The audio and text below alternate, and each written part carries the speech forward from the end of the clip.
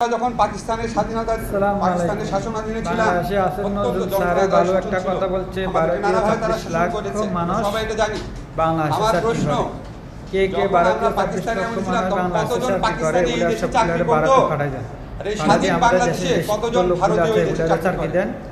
আমরা আর এটা যদি জবাব না দিতে পারেন একদিন আপনাকে এটা দায়িত্ব দিতে ছেলেরা হবে। চাকরি পায় না, রাস্তায় রাস্তায় ঘুরছে, আর ভারতে সেখানে চাকরি করছে। স্বাধীনতার পূর্বকালে বাংলাদেশ এই অঞ্চলে যখন নির্বাচন হতো, 70-এর নির্বাচন, সেই নির্বাচনে পাকিস্তানি শাসক গোষ্ঠী কোনো রকম হস্তক্ষেপ করে নাই। যদি করতো তাহলে তো বঙ্গবন্ধুর দল এরকম ভূমিধস বিজয় পেত না।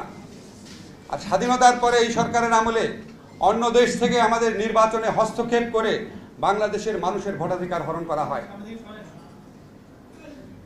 আপনারা প্রতিটি ক্ষেত্রে দেখবেন আমরা পাকিস্তান আমলে পাকিস্তান দ্বারা যতটা নিষ্পেষিত হয়েছি, যতটা অত্যাচারিত হয়েছি, যতটা শোষিত হয়েছি, তার চেয়ে অনেক বেশি এই স্বাধীন দেশে বসে ভারত দ্বারা শোষিত হই, ভারত দ্বারা অত্যাচারিত হই।